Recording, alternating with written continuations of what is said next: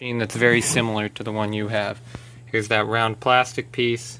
Here's that bent piece of plastic right here.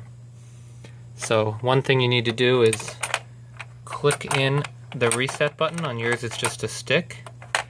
You want to make sure that the piece, these long metal rods control most of the components. You want to make sure that the one that goes underneath the main ball hopper is attached properly. Don't mess with this too much, just leave it as it is. It should work fine. But make sure that on the bottom it is hooked in properly. You can see there's like a slot that it slides into, and sometimes you'll come in this little piece here will be like the rod will be out of place. Just check that. Reset button here. Make sure that the spring, I don't know if you can see that very well, is attached to the firing mechanism, which is the rod on the front.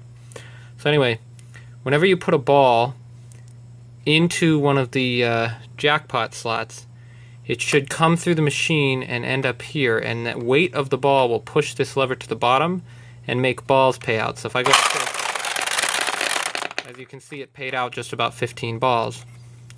Now that's attached to this wire, which you can see a similar piece on yours, that makes sure that it resets and reloads the right number of balls into the jackpot. Again, try manipulating all these different things. Underneath this piece here, which you'll have something similar, there's a piece like this. If you push that in, it will dump all of the balls directly out of the machine onto the ground. Sometimes these two things here are what are holding you back. You want to make sure that they're out like this. If they're in, then it's just feeding all the balls out of the machine. Now there should be another one of these tall sort of metal pieces that refills the center again. So if I click this, you can see it reloaded the jackpot that paid out and made this thing go up again. So when I bring this down, it pays out what would be one ball, and that ball comes down through here when you hit a jackpot.